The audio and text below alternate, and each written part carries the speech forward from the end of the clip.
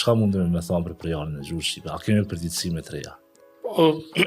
Ekzistojë një sër, janë dy hipoteza kryesore, lidhur me të pranuara në komunitetin studimor, natyrisht ka gjithmonë më shumë.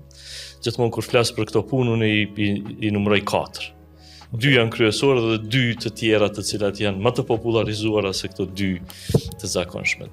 E para është hipoteza ilire, hipoteza bazike mbi të cilën ekzistojnë një sër të dhënash, kryesisht rrethanore me të cilat ne e trajtojmë dhe e diskutojmë, dhe hipoteza e dytë është hipoteza trakase për përjarin e Shqipës. Unë i shtoj zakonisht edhe 2. Është një hipotezë të cilën e kanë qarqet ku e diun serbe se Shqipja ka ardhur prej dika tjetër. Okej.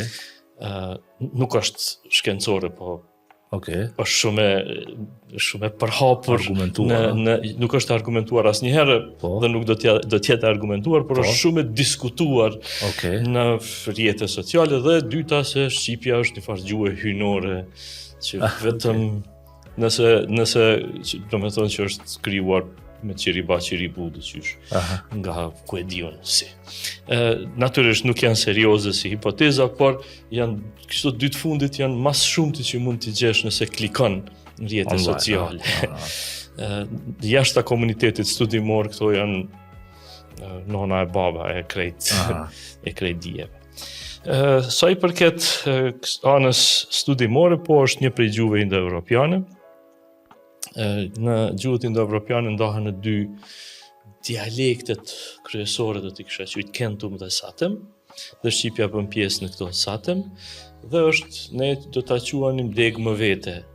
Tash nëse problemi kryesor është kë e quajmë gjuhë, cili është kriteri për të quajtur diçka gjuhë.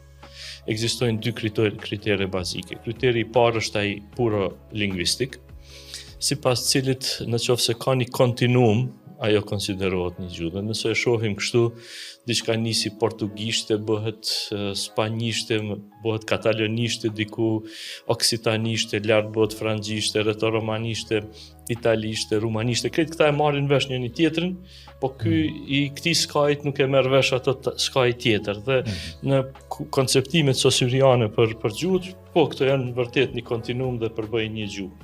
Siç është në Shqipen, ku e diun e folmja e Tetovës me folmën e Strugës dhe Strugës me atjetën. Deri sa të mrim te Çamëria, por nuk jam shumë i sigurt, janë të kuptueshme, po që nuk janë të kuptueshme pa një mund më të madh gjuha e folmja e Tetovës me ku e diun Çamërishten atje. Pra, në aspektin gjuhësor janë një gjuhë nëse ka një kontinuitet. Dhe dyta është politik.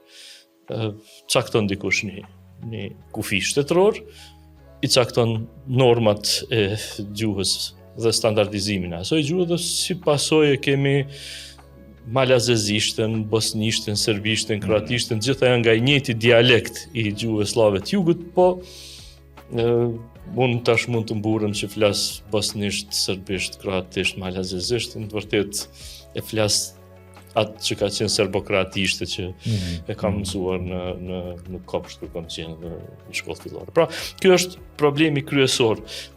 Kur themi gjuhë shqipe, a themi vetëm si tërësia gjuhë shqipe, apo do t'i përfshijmë ku e diun arvanitikar, breshët e Italisë, ato që ne i njohim si folme të diasporës, a do t'i quajmë si gjuhë më vete apo pjesë të Shqipës. Pra, kishte kritere të ndryshme në këtë rrafsh.